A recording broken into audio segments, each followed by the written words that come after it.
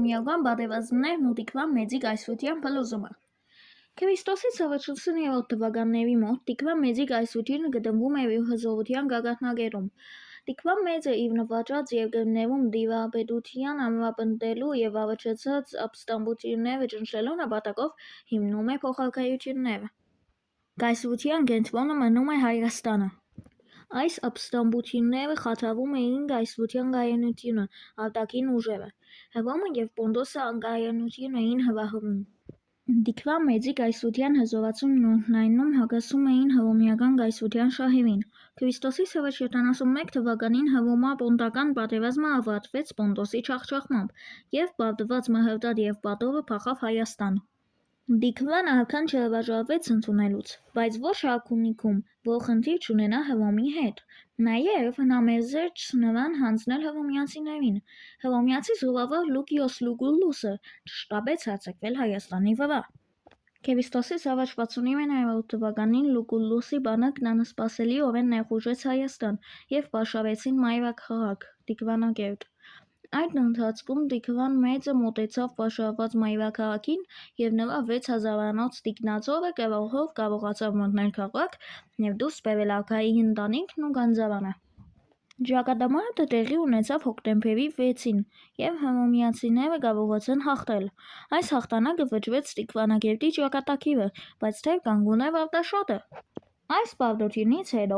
Տիկվանը եւ Մհրդադ եւ Պատովը սկսան մարզել բանակը, եւ պատերազմը վերսկսվեց Քրիստոսի ցավը 68 թվականին գարնան վերջին։ Լուկուլուսը բանակը շարժեց դեպի Արտաշատ։ Նույն թվականի սեպտեմբերին Արազանի գետի ափին տեղի ունեցավ երկրորդ ճակատամարտը, որտեղ հռոմեական բանակը պարտվեց։ Արևելքում Հռոմի հեղինակությունը վերականգնելու համար հռոմեական սենատը գլխավոր հրամանատար նշանակեց Գնեուս Պոմպեոսին։ Նա հռոմեա բարդեվական դաշինք կնքեց ընդդեմ Տիկվան Մեծի եւ Մհրդադի, եւ Քրիստոսի ցավը 66-րդ թվականին սկսվեց հռոմեա-հայկական պատերազմի երկրորդ փուլը։ Պոմպեոսը հաղթեց Մհրդադին, որից հետո շարժվեց դեպի Հայաստան։ Այդ ժամանակ Տիկվան Մեծը կարողացել էր հաղթել բարդեվական զորքին, որի առաջնորդն էր իր դեմ ապստամբած որդին՝ Տիկվան Կրտսերը։ Հայաստանն առանց դաշնակիցների մենակ էր մնացել, եւ Տիկվան Մեծին մնում էր հարստություն առաջարկել Պոմպեոսին, եւ վերջինս համաձայնեց։